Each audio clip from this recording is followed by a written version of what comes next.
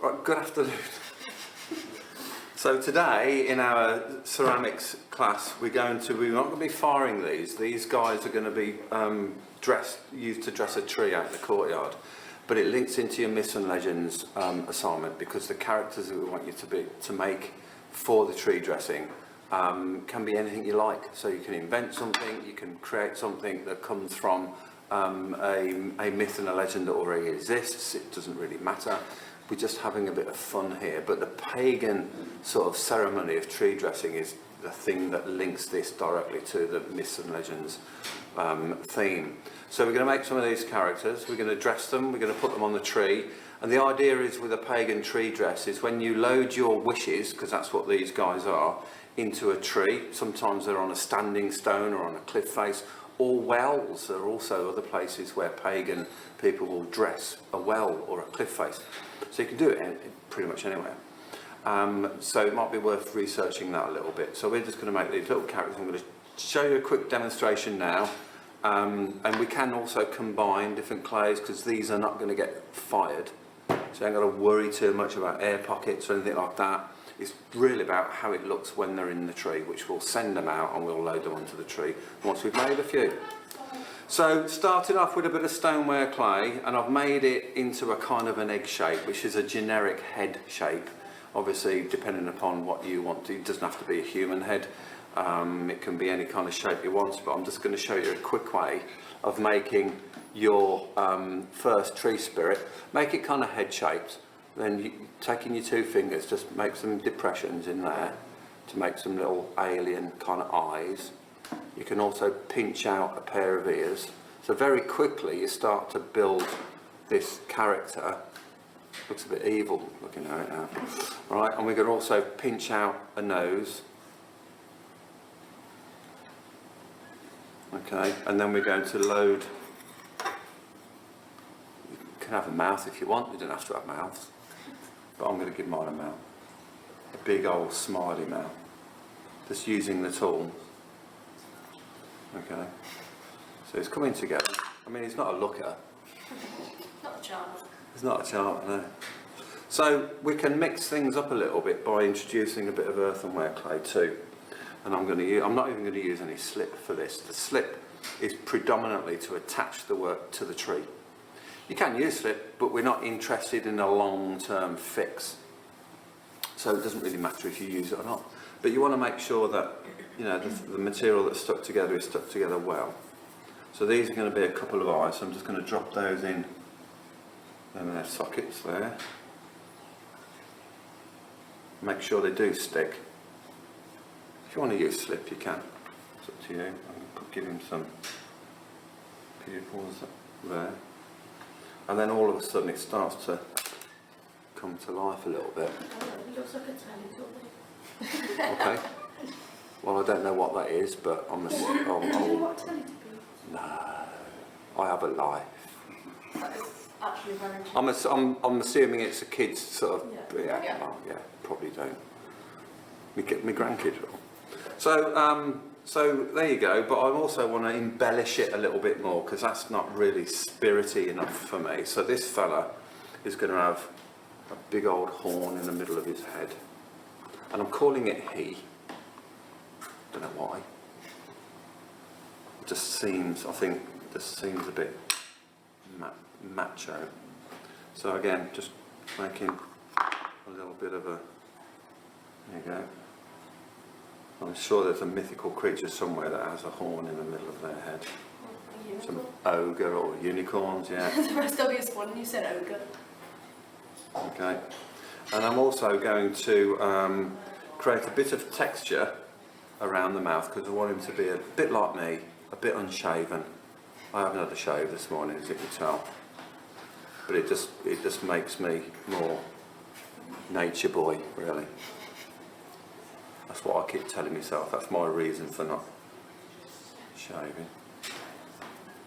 Bit of texture on there. Okay, so we're there. So what we're going to do next, I'm going to give this fella a little cowl to wear, like a hood, and I'm going to make it from the earthenware. So using your roller guides, if you want to use roller guides to roll out sheets of cloth time on this one, it's not so much a demo as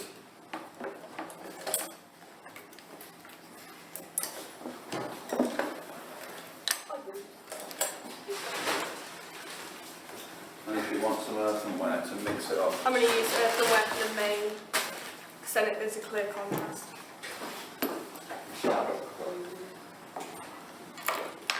Did you know the actual story behind kelpie is because I was researching it this morning?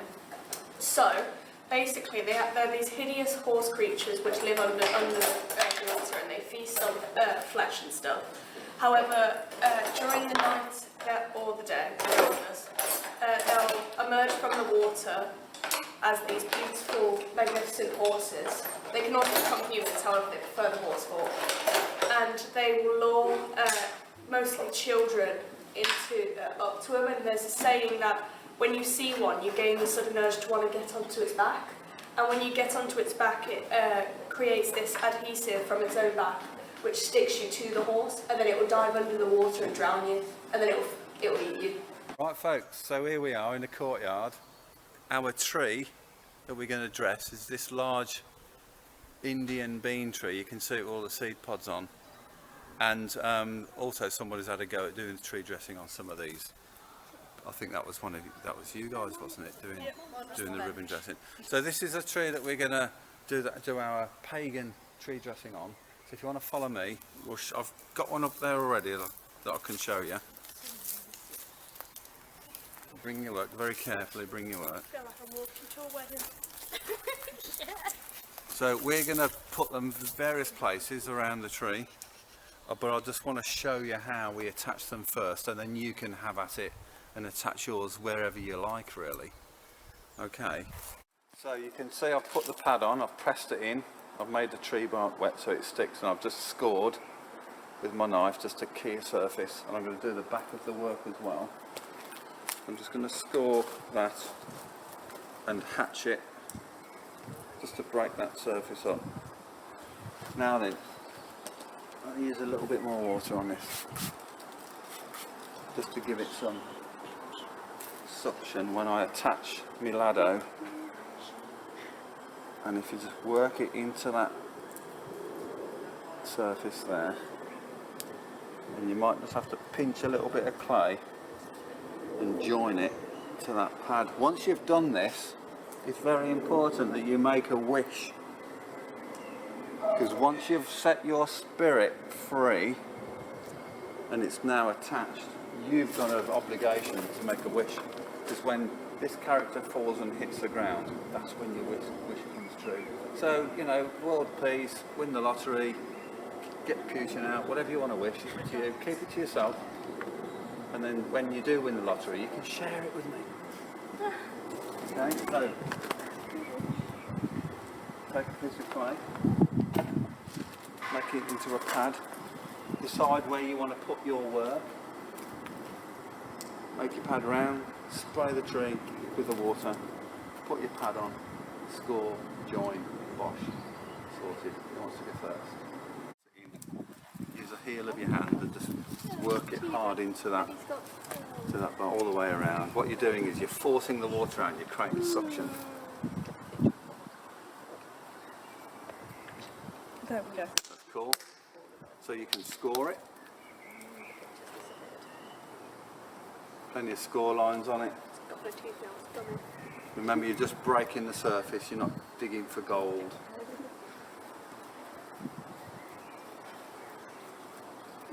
Perfect. And then if you want to do also the back of your little fella character, whatever you're going to call it. Does that have a name? Politics. Spray the pad, spray the back of your wear. It's a bit of a mist, that's all you need. And then attach it, work it backwards and forwards, go. And then if you want to get a little bit of clay just around the corner, around the edge, then just stick it a bit like that. That's it. And then you've got to make your wish. Oh, I did that originally. You put it where you like. However, in a place Give it plenty of beans. Right, and don't just hang them upside down and beat them to death. just don't want to do that. No. I did a whole thing last time about the dog meat trade. Yeah, it's one of the And things ants I've really just coming to have a look. I would want to try it. It's always a critic. However, in my imagination. Okay, I'll do. So you just need to score it, score the back of your... Reminds me, you know, the Avatar characters. That's what I just said. Exactly what I just said. It reminds me of them a little bit because they're quite... If it was blue. If it was blue and not in 3D, because Avatar in 3D Can I is slice rubbish. the ant? Can you what? Slice the ant. No, try not to slice the ants. Or your hand. No. Oh no.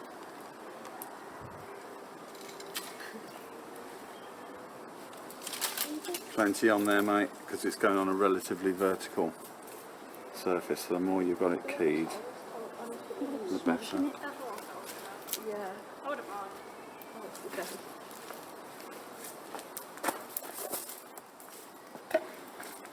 Sent Paige a picture of you holding them and she thought, oh cute. Oh, you were clearly not looking at them properly. No, they're not cute.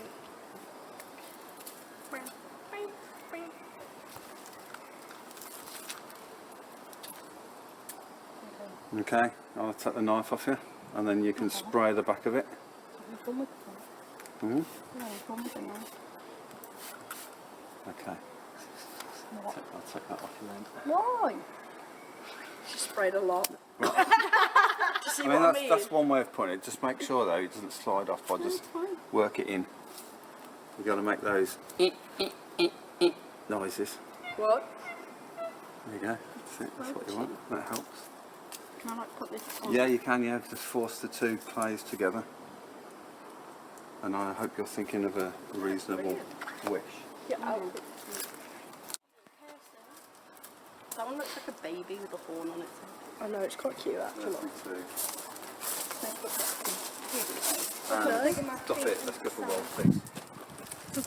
That's me 3 wishes. Yeah, but will You made 3? But I've got 3 pieces, haven't No, don't worry about that. I? Okay. Wishmaster. One wish per treat. You left that knife on the floor. I know. Well, I've not left it. I've just not picked it up yet. Get it. I'm aware of its presence. Let me just put a Like a bee tree, like Okay. On 3, 2, 1. Smile. Okay.